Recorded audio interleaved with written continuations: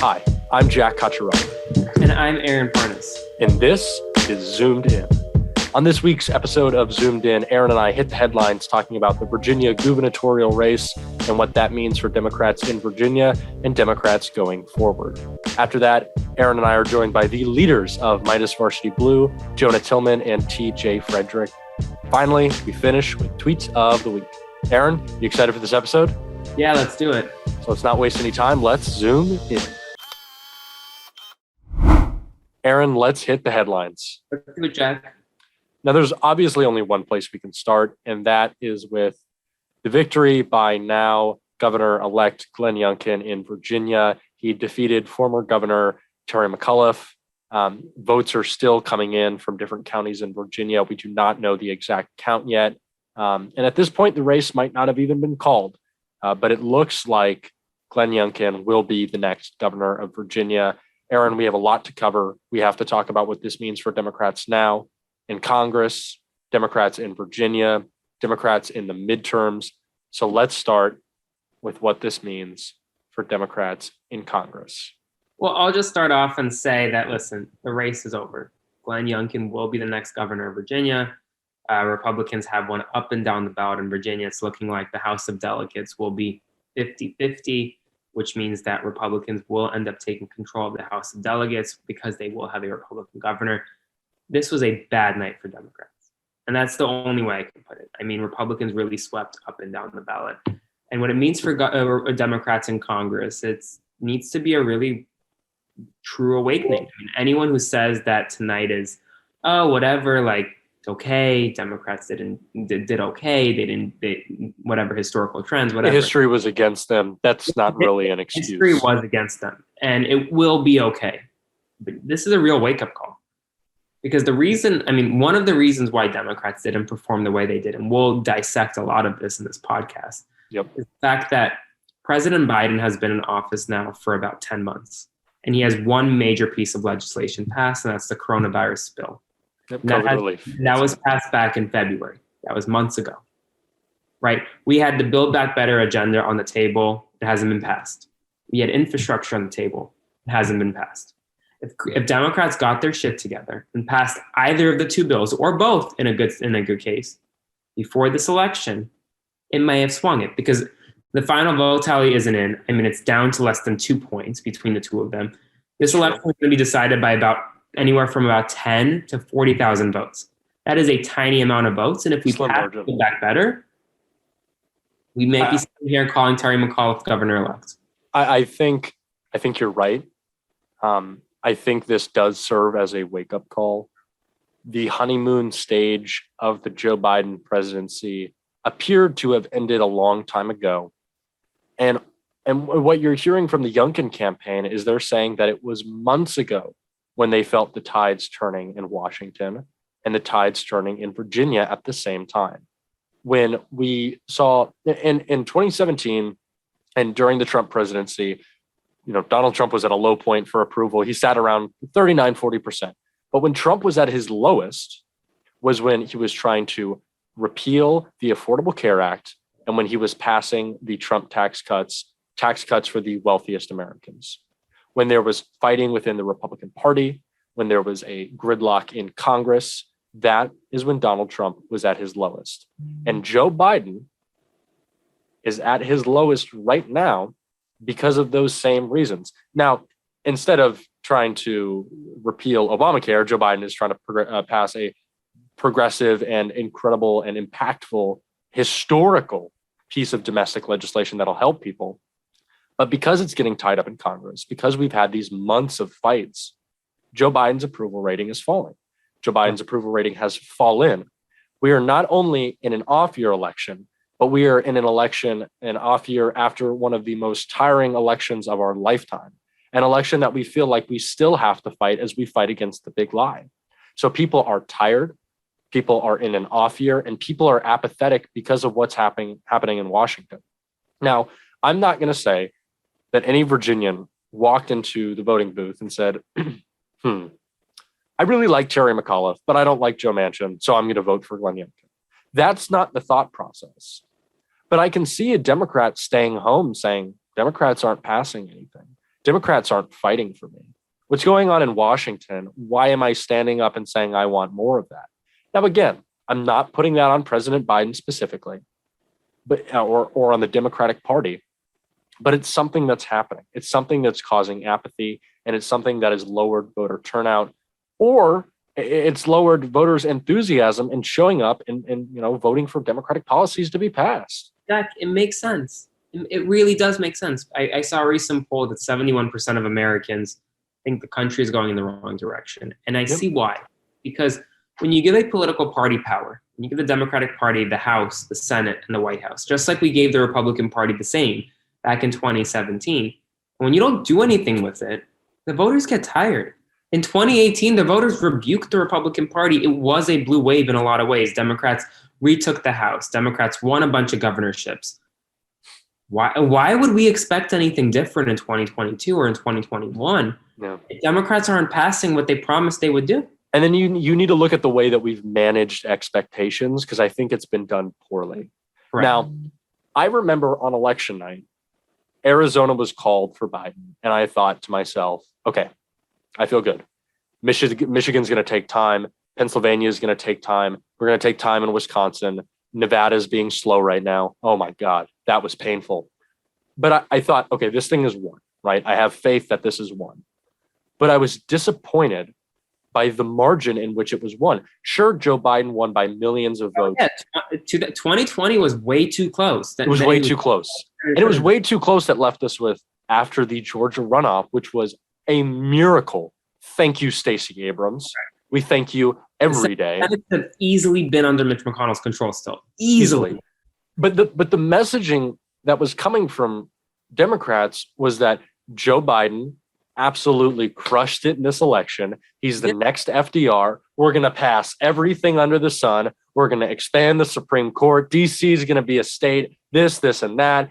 We're like, trillions will be spent in climate. Things that we wanted were promised, and that was the expectation. The expectation was that Sarah Gideon was going to win in Maine, that Cal Cunningham was going to win in North Carolina, and those things didn't happen. So we didn't have the huge majorities that we expected. And then we lost seats in the House. So the messaging was, we're going to pass all this stuff. That didn't happen because we didn't have the representatives. We didn't have the people in Congress. Fast forward to when we're talking about the social spending bill. Before we said anything about what was going to be in it, we said we are getting $3.5 trillion passed. Now we'd say, Democrats would go, well, what's in that $3.5 trillion? And what you heard from leadership was, well, in that $3.5 trillion is $3.5 trillion. We didn't talk about what was in the bill.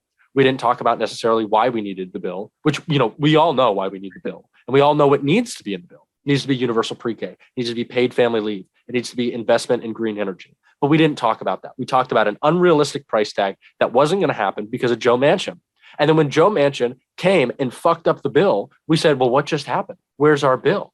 We've set unreasonable expectations, and we have not been able to follow up with them. Well, Democrats need to change that. I wouldn't put this all on Joe Manchin. I think that there is blame to go around a lot of places. Kyrsten Sinema definitely holds blame. Joe Manchin holds blame. They're very progressive members of the party who also hold blame, who held up the bill in the House. Now, but we can get around to that. Yeah, well, let's revisit that. Yeah. And we can revisit that later. The thing, at the end of the day, polling shows that 70% of Virginians supported paid family leave. 84% of Virginians supported prescription drug reform. They support that. It's common sense policy. And the fact that we haven't been able to come to a consensus to even pass, say, a $1 trillion bill, which would still be a historic investment by any means, $1 trillion, because it's not like we invested at all lately. The fact that we haven't been able to do that shows that embarrassing. In a lot of ways kind of gave up on Virginia. And if we don't do it in 2022, we're going to it's going to be a bloodbath, and I wouldn't be surprised. And I'll just pivot a bit. I want to say one thing on that, because it's an important point that you made. Joe Biden was elected president, and Joe Biden won the Democratic nomination because people saw him and said, he understands how I feel. He will talk to me like I'm a person. He will talk to me and understand me, and he will fight for what I need. And I don't want to say that the president has sat back and not been as aggressive as he needs to, but I don't think people see him fighting for them. Well, I don't think Americans necessarily see Democrats fighting for them. They see Democrats fighting against Democrats, and that's a problem. I agree with you. I would have loved, listen, my ideal thing as a politico and as someone who's worked on several campaigns and who currently advises several campaigns, I would have told the president and I would have told those around him, you release this big social spending plan and you go on a countrywide tour. You go to Virginia. You go Get on a bus, hand out ice cream. Come on. Everywhere, and you campaign on it. And you tell voters why this is important. Maybe that'll change. Maybe it won't. But it's better than sitting in the White House and doing nothing. And I don't blame President Biden for that. Obviously, there are a lot of politics in play, and I don't blame President Biden. I think he's doing a fantastic job. My biggest concern here is not President Biden, and is not even Congress. It's the overall messaging that the party really needs to look at and really needs to change moving forward, right? For a lot of years, ever since 2016, and we've fallen into the same trap, many candidates fall into the same trap of Trump is bad. Yes, we all understand Trump is bad. Great message. It's very easy to campaign on that, right? We're good at it. We're very good at saying very good at it. Why are Democrats good? You ask a question, and not many people know the answer to it. And Aaron, don't know how to answer that. Aaron, you have your ear to the ground. You and I are probably too involved in politics, right? Tell me what the most central issue to Terry McAuliffe's campaign is. Tell me what was most important to Terry McAuliffe. I couldn't tell you. What was it? Why did he want to be governor? I don't know, because one day he's campaigning, but here's the thing. His campaigning message in a lot of ways was anti-Youngkin, anti-Republican, right? It was you elect Youngkin, you elect a pro-life governor, he's going to attack your abortion rights. You elect Youngkin, he's going to attack your voting rights. You elect Youngkin, he's going to expand gun rights. That was the message. It wasn't you elect Terry McAuliffe, how am I going to lower your gas prices?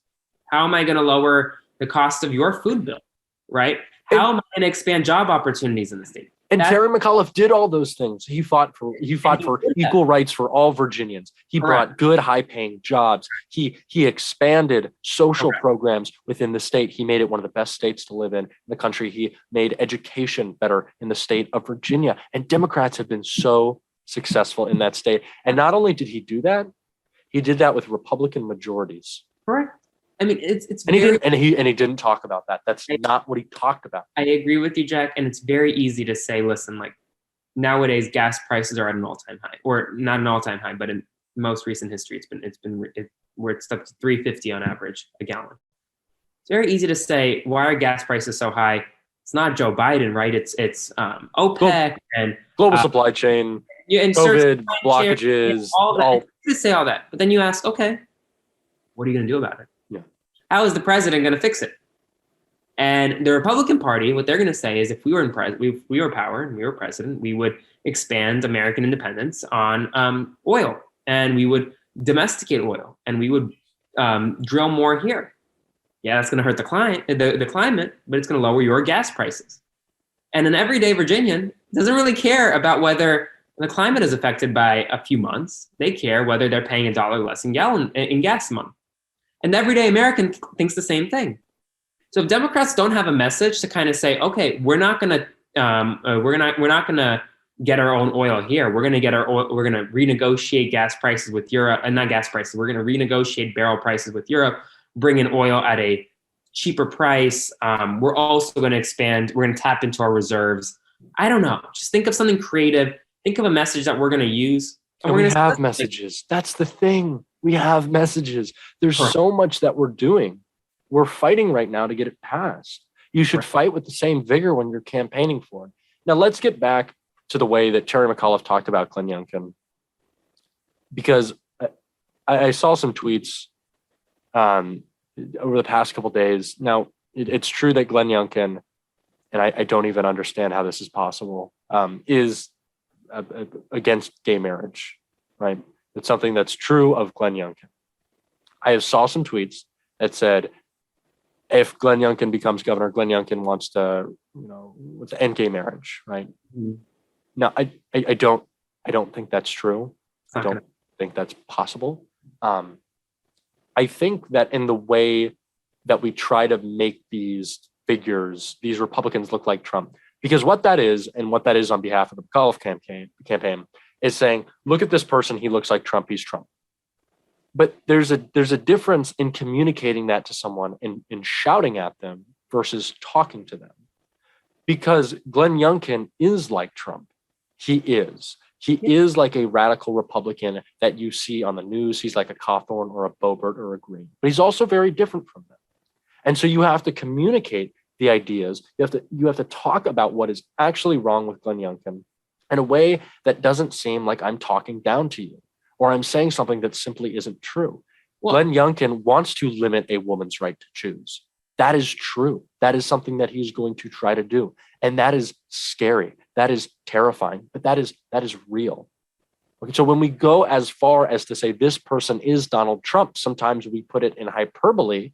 And although that is an effective strategy in a state like Virginia, you have to ask yourself why. Well, how is he like Donald Trump? What is he going to do? And not only what is he going to do that's like Donald Trump, what are you going to do that's differently? Because I guarantee you if gas prices were $2.80 right now in Virginia, not $3.50, McAuliffe would be governor, right? If inflation wasn't so high in Virginia right now, McAuliffe would be governor, right? If the economy, if jobs were really booming right now, McAuliffe would be governor. If McAuliffe didn't take the critical race theory stick that Fox News and the far right threw out there at the end of the day, kind of like the defund the police movement, which is complete bullshit, McAuliffe would be governor, right? The messaging was completely off. And the messaging was off because we didn't have a solution to everyday American issues. We're not talking about gun control or abortion rights. Abortion rights was actually, according to the CNN exit poll, 9% of Virginians thought abortion was the number one issue. 13% of Virginians thought that the COVID crisis was number one issue. But over 30% of Virginians thought the economy was the number one issue. Inflation, gas prices, that's what they care about. When they drive down the road and they see their gas prices at $3.50 a gallon, that is a problem. And it's happening in Florida. It's happening across the country. And I personally see it. I'm like, yeah, gas prices are on the rise. How are we going to fix it?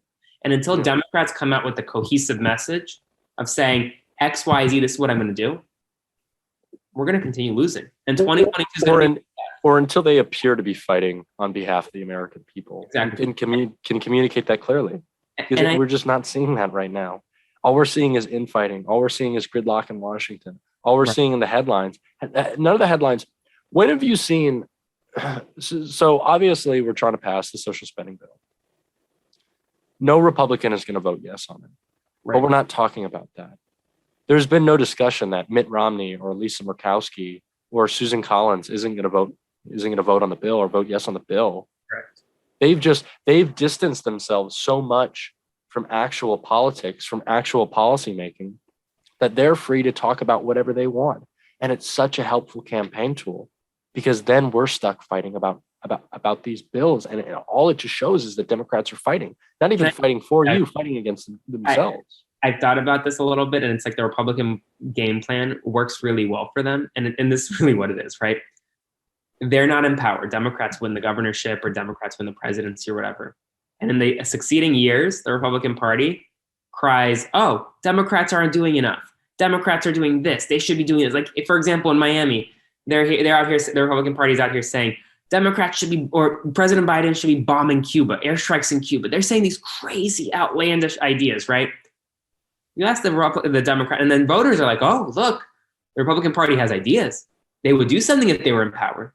So they elect the Republican Party, and the Republican Party doesn't do anything when they get in power.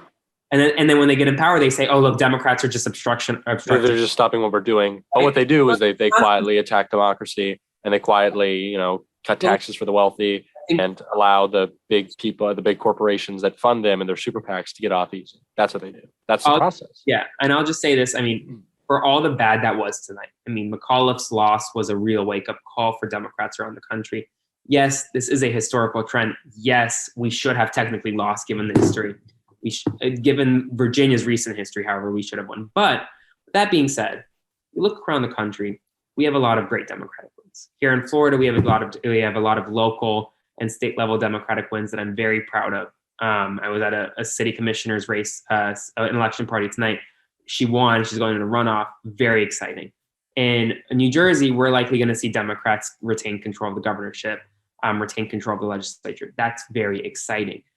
In Boston, we have the first Asian American woman ever elected from first woman of color ever elected. Yeah, incredible. Exactly. Very exciting. So there are a lot of wins tonight, and it's very easy to get caught up in the mess that is Virginia and say, listen, this was a terrible night for Democrats. When in reality, when you look at the country, actually countrywide, you have Chantel Brown in Ohio being elected as Congresswoman. You have dozens of Democrats flipping Republican seats. You have dozens of young people winning re-election and winning election for the first time. Mhm. There is a lot of hope out there. There is a lot of support for Democratic candidates out there, and it's going to continue to 2022. It's just a matter of, if we pass the Build Back Better agenda, if we support President Biden and his efforts, we're not going to have to worry about the Terry McAuliffes of the world, right? We're gonna be able to flip states like North Carolina, states like Florida, states like Wisconsin. And let's close with a little bit of positivity with this message, because it's been a tough pod. Honestly, it has. This has been a disappointing night. It's late. We have now passed, while we are recording this, it is into the morning, because we have stayed up to watch returns. It's been a tough night, and we're not feeling great about it. But what we know is, when we wake up tomorrow, we will have the 2020 election on our mind. There will be a new election. And although that's a little bit exhausting, there will be a new election to win, many of them. And the goal that we have to keep in mind is, if you're angry at Joe Manchin, look forward to never hearing his name again, because he will be irrelevant in the Senate, right? Correct. That's what we're going to do. That's what we're going to fight for. That's what's important. And we're going to fight for democratic policies that we actually care about, right? And we are going to be the collective voice of who is fighting for the American people. Yep. Sometimes our representatives will fail in doing so. That's why we find new ones, right? And that's why our message is always to young people that it's not a wait your turn. It's, if your turn is now, your turn is now, because we need some urgency. That's what we lack. We lack a lot of urgency. How long have we been discussing Build Back Better? Right? Too long. It's time for some urgency. It's time for some movement. Maybe a little kick in the ass will do everyone a little bit of good, right? Let's get this thing rolling. And let's wake up tomorrow ready to fight, because I absolutely am. Let's fight. We're gonna kill it. We're gonna take this energy we have, moving on from Virginia, moving on from New Jersey. We're gonna channel it in. We have so many elections coming up in 2022. Let's rock and roll. And speaking of which, we have two incredible guests coming up next. Leaders of Meidas Varsity Blue, Jonah Tillman, TJ Fredrick. We got a great interview coming up, so please stick around. This podcast is sponsored by BetterHelp. Aaron, I think I know the answer to this question, but is there something interfering with your happiness or preventing you from achieving your goals right now? Yeah, Jack, it's the results of the 2021 Virginia election. Those are tough. Those aren't the best. But what I can tell you is the best is BetterHelp. BetterHelp will help you assess your needs and match you with your own licensed professional therapist. And Jack, you can start communicating with a licensed therapist in under 48 hours. It's not a crisis line. It's not self-help. It's a professional therapy done securely online, and there is a broad range of expertise available, which may not be locally available in many areas. Now, the service is available for clients worldwide, and you can log into your account anytime and immediately send a message to your therapist. You'll get timely and thoughtful responses. Plus, you can schedule weekly video or phone sessions, so you won't ever have to sit in an uncomfortable waiting room, just like you would in traditional therapy. Now, BetterHelp is committed to facilitating great therapeutic matches, so they make it easy and free to change therapists if needed, and it's more affordable than traditional offline therapy. And on top of that, financial aid is available. BetterHelp wants you to start living a happier life today, so visit their website and read their testimonials that they're posted daily. Yeah, so visit betterhelp.com/zoomed in. That's better, HELP, and join the over 2 million people who have taken charge of their mental health with the help of an experienced professional. In fact, so many people have been using BetterHelp that they are recruiting additional therapists in all 50 states. So use our special offer for Zoomed In listeners and get 10% off your first month at betterhelp.com/zoomed in.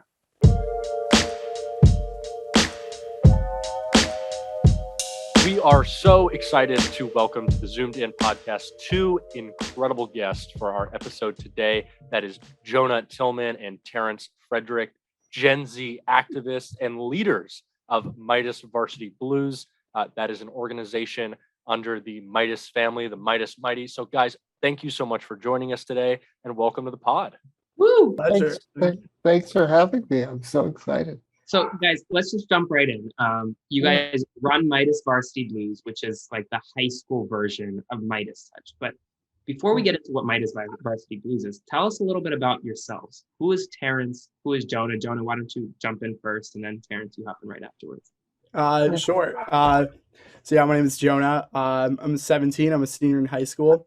It's currently suffering with all the college apps and everything. But yeah. So I guess like I started running I founded the Meidas Varsity Blue initiative last year in November when I reached out to MeidasTouch. And I think part of the reason why I did that and part of the reason why I got involved in politics and everything is because I realized that like high schoolers and youth, regardless of if they're voting age or not, are still impacted by politics and they can still make a difference. And so Absolutely. I was fortunate enough to really work with Jordy and Ben and Brett to really find the Varsity Blue initiative. And from there, and I started right after the presidential elections and with this mission of getting high school voices amplified and really finding a way to spread civic engagement. And so I did this by contacting a bunch of Georgia high schoolers. I like sent an obscene amount of emails to them and just kept DMing them on social media. And from there, we were able to post about 17 videos that reached like 400,000 views roughly. And so I think from what I learned from that is that high schoolers really have stuff to say and that they can really make a difference. And I guess that's why, and I think that's like the essence of democracy. So I guess that's why I'm involved. Absolutely. Yeah, absolutely. I agree with what Jonah said, and part of it was kind of coming into a space where my values were important. A lot of times in politics, they say, "Oh, you'll have your term." That's the proverbial thing that we all hear. But for me, it was coming into a space where it was my turn, already as an African American, disabled American in this country, right? Two things.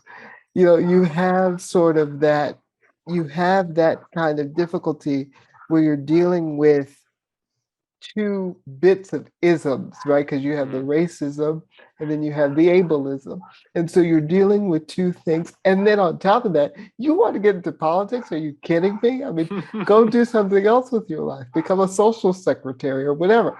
So for people to have this sort of identity politics of what we are and what we should be as African Americans and as disabled Americans, I think this was a place for me to defy those odds and really be able to bring about change in a way that people weren't expecting.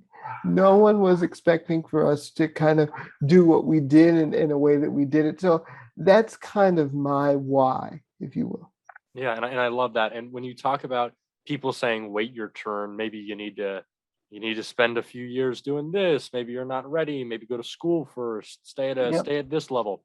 In defying those odds, that's so inspiring to young people who don't know where to start. But for y'all, it was I have to start. There's no reason I shouldn't. It should be at any level. I should feel comfortable, and I shouldn't think that anyone can tell me where I can or cannot be in politics because I have a voice and I have a change that I want to make happen. And that's so inspiring to hear from you guys and your stories. It's awesome, and that that's what we are about on the Zoom Good podcast. Yeah. Thank you. Thanks. Yeah. So listen, I love what you guys have done thus far. And I think that you two really represent the future of this country. So I'm excited to see where you guys go, but let's talk about a little bit about Varsity Blues or Meidas Varsity Blues specifically. Yeah. What is it? I mean, yeah, we know it's the high school arm of MeidasTouch, but what are you guys working on? What do you see the future of Meidas Varsity Blues is? And why don't you tell us, like, how many folks do you have right now on staff or on roster that's participating in your stuff? Sure, I can get started with this one. So, like I said, we kind of Varsity Blue, Meidas Varsity Blue is the MeidasTouch High School initiative, and so we started with this whole purpose of really spreading civic engagement and getting high schoolers engaged. Because when working with Jordy, I kind of saw that from the beginning that part of the reason why the college voter turnout low is because so many people go into college not really engaged and not really aware politically. And so we saw that this is, although we have this Meidas University initiative where we can really get college students engaged and active, part of the reason, one of the things you can do is really start from the high school level. And so that's what we want to do, is get high schoolers engaged and get them educated, because they can make a difference and they can go to college already aware and able to vote. And so that's kind of the purpose of Varsity Blue, is to get them engaged and to get high schoolers' voices amplified as well. And so what we've been doing ever since then is, roughly right now, the Varsity Blue initiative has, I mean, it's fluctuated a little bit, but I guess like collectively we've had about like 50 members or so. That's incredible. Thank you. And so some of the things we've been doing, like we said, we had the Georgia videos. We have a social media team, so we'll have TikToks being posted. We have our Instagram. I don't know how TikTok works, but people do, so that's convenient. And we have just certain posts. So we have like a little graphics team. Well, people will kind of sum up, like, for example, what is the filibuster? What is the minimum wage? Things like that. So high school, and putting it kind of into simple terms. It's like, why does this matter? And why can this still impact you regardless of your of voting age or not? So kind of letting high schoolers be aware. And we also have, I know TJ can talk a little bit more about this, but we have this rundown show that we host. Used to be weekly, I think more now. So it's probably to be like bi-weekly, but we go on and kind of discuss, like, give a little brief rundown of the week, discussing what happened for high school, like, and also getting the perspective of the Gen Z voice and why this matters to us. Yeah. It's awesome. Yeah. And I'll speak a little bit about the talk show. Really, can I say this on the air? It came from The View. Seriously, it was a brainchild of ABC's The View. And the reason why I say that is because there was a certain identity that show had, right? Where women could sit around a table and they could talk about the hot topics of the day. And that kind of started the rundown, because it was like, okay, teens can sit around and talk about the topics of the week. And so it was something that we were kind of developing, and it's kind of gone through its sort of developmental stages of like, oh, we'll do this or we'll do that. But it was really a place where teenagers our age could come together and could talk about the issues that were affecting them, in a way that was unique, in a way that was open, in a way that was honest. And so that's kind of why that was important to me. And really, we've always had that sort of rapport as teenagers to talk about issues, right? Mhm. But now, you kind of have us talking about issues to thousands of people, right? And majority of those people aren't our age. They're older people who want to get in, right? And so it's like you have that experience. Sorry, my dog is going through something Hey, we back there. love dogs here on the Zoom and But- podcast.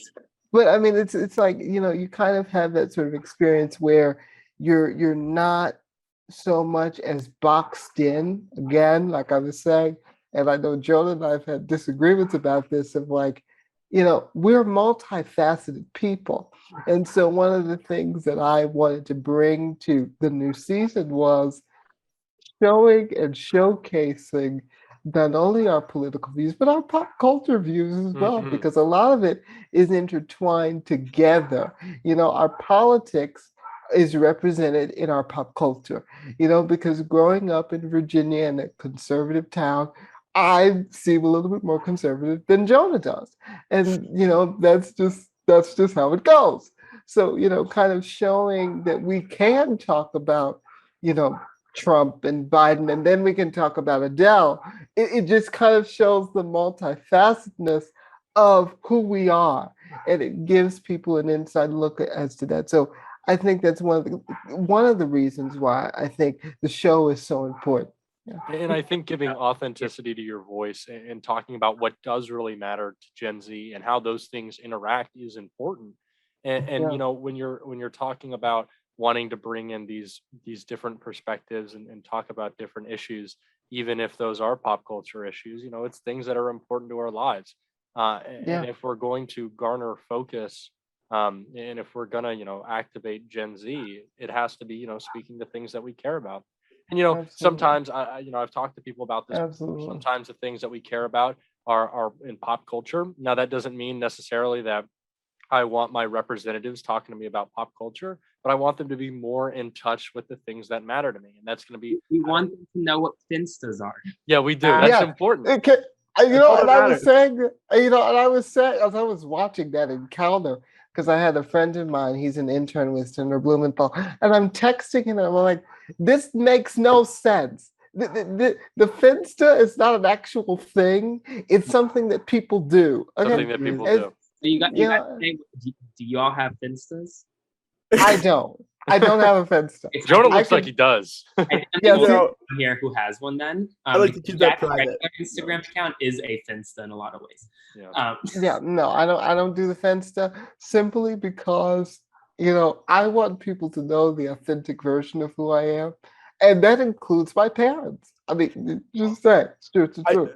I think personally, I just like embarrass myself enough on my own Instagram that I I do don't as think well. there's a need Yeah. for and stuff. But I'm a big fan of embarrassing myself on my own Instagram.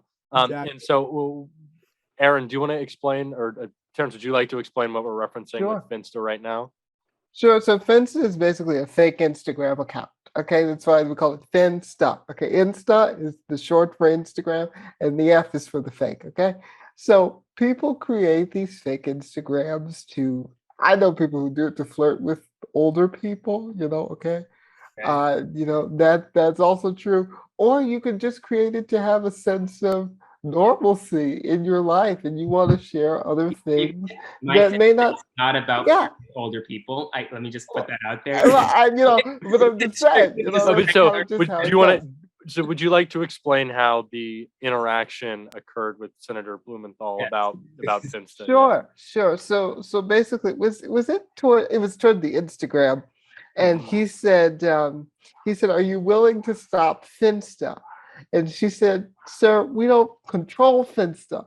And so he kind of just kept going on and pressing about the Finsta, and she said, "Listen, Finsta is fake." And I thought to myself, this is why we need young people. Exactly. Okay? You need to be in touch with what's going on and have some understanding of what the issues are. Because when we're talking about Facebook and when we're talking about the effects that Instagram or other social platforms have on the mental health of young people, if you don't even understand how those platforms work or what's going on those platforms, then how can you address issues, right? How can you really communicate with us and come to the table and understand where we are at and the decisions that need to be made to regulate or fix those programs, right? Yeah, so and can I that's just important speak in to listening to young people and having young people around. Yeah, and can I just speak to the larger point of this? And this is really not the point of the podcast, but I feel like saying this. The need to create a Finsta shows insecurity within your own bubble. And the reason why I say that just attacking Aaron right now. but seriously, and I'm not saying I have to briefly respond. My Finsta, it's for the record, my Finsta was created 10 years ago when I was in high school. No, and I'm not saying it kept on against private because I only wanted 5 friends to follow it and had nothing to do with anything else. Why am I not following it? Because I don't have it anymore. It's not a thing anymore. Okay. No, but I'm not saying that against. He's just hiding from you. He's hiding from me. I'm not saying that against the kids or the adults that have it. I'm more so saying against their family members because we are multifaceted people. I keep going back to that. And so for us to have to hide parts of ourselves, from people because we feel like that we would be judged for it, I think it's kind of sad in the day and age that we're living in. I mean, I remember, growing up kind of being insecure because I was a little chubby, okay? So I would, wear baggy clothes so people couldn't tell. But, that was kind of my own insecurity. And so I think for us to have to, as a generation of people who commit suicide at higher rates, who are less fortunate, people don't understand some of the things that we go through. For us to then have to add that layer to our social media life, I think it should cause us to have pause and think about the concerns of the next generation coming up behind us, because what is it going to be next? I don't know. Yeah. On that note, to pivot a bit, so you mentioned pop culture earlier.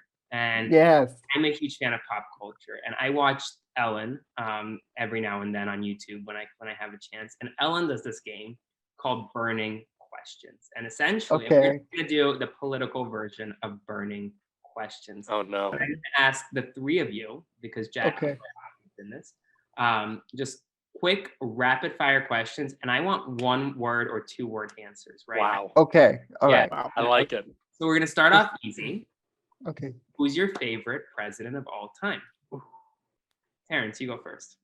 Who's my favorite president? Don't tell me why. People- Just tell me who it was. Okay, people may hate me for this, but I'm going to say George W. Bush. He was my favorite president. Interesting. Bush was, Okay. Bush was my favorite. Yeah. Jonah. That's a hot one. That's a hot one. That is a hot one. That's Go a hot- ahead. It'd be hard to beat that.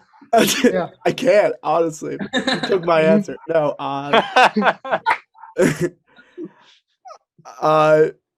think it's a tough one. Maybe Obama, I'd say.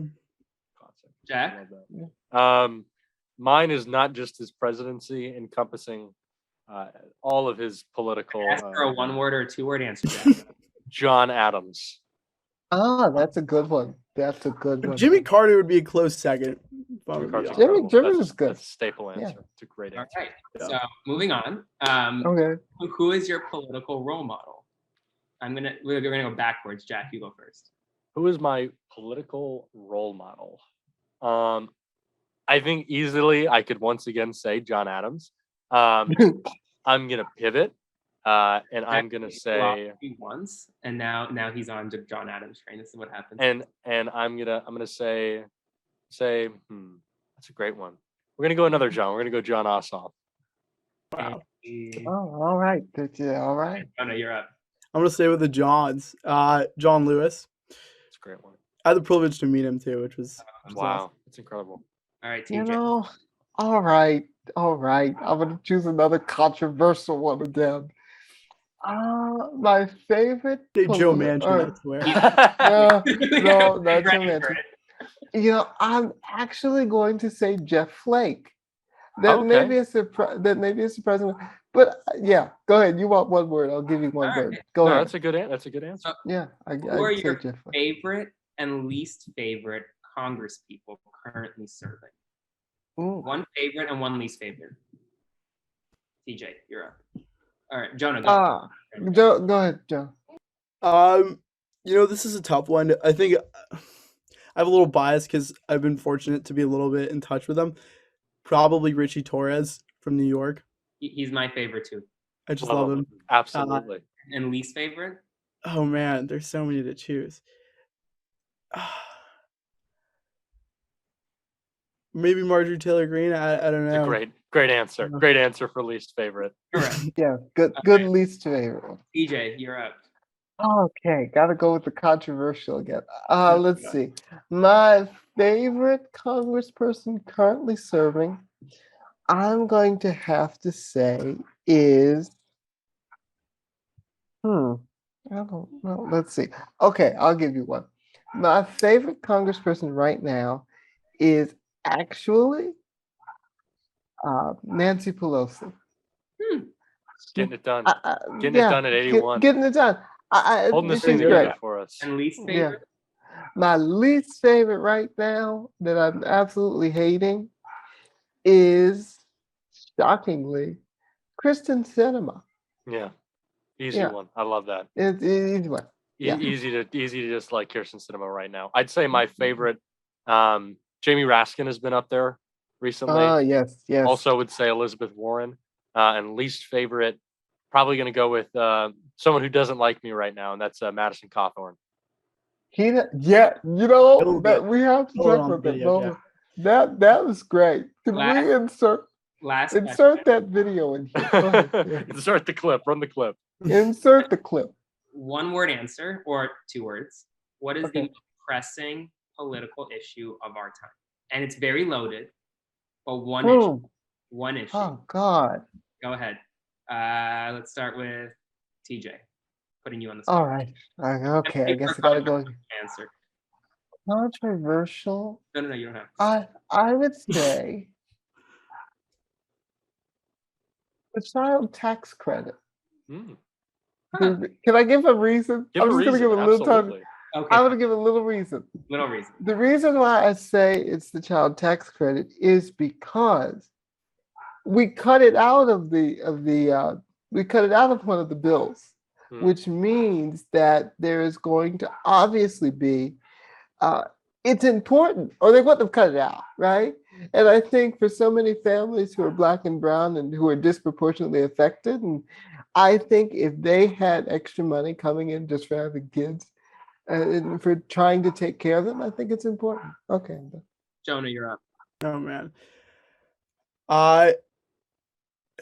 This is a tough one, honestly. It is tough. Maybe just because like I've studied this a lot. Probably gun control.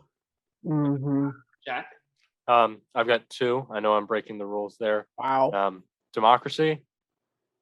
And then the next biggest threat is climate. That's a cop out. Yeah. How is that a cop out? Because It's being attacked daily. I think the biggest issue right now, gerrymandering, voting rights, all that. Yes, those Fair. gerrymandering. My God. Attacks on our democracy. Well, thank you for coming on to the Parnas Cottarella Ellen version of our show. Thanks. Political burning questions. You guys are awesome, though. Seriously, we are so pleased to be joined by Jonah and Terrance. You guys are the future, even though you are a bit controversial at times. We love it. Thank you so much for joining the Zoomed In podcast with us. Thank you so much for zooming in. It's a pleasure to be here. Pleasure to be here. You guys are the Thanks, future. guys. Future is bright. And now it's time for tweets of the week. Our first tweet, Aaron, and you're going to be surprised by this, comes from none other than Senator Kyrsten Sinema. Whoa. Now, you might be wondering how this is happening, because we would never use one of her tweets right now. And this is because it's a tweet from 2010, before Senator Sinema was Senator Sinema. She tweets, Phoenix hit 109 today.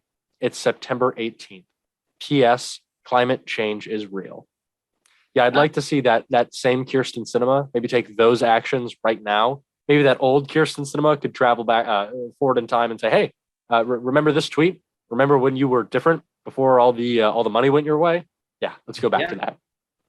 And our next tweet is coming from Ari Berman, who says, Joe Manchin represents 0.5% of U.S. populations, but seems determined to tank Democratic agenda supported by 70 to 80% of Americans and 96% of congressional Dems.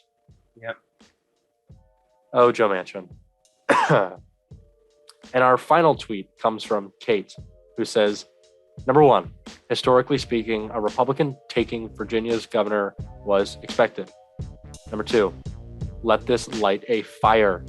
Number three, it's okay to be bummed tonight, but come back tomorrow. We got this thing. Let's be energized. Let's be excited. That is Tweets of the Week.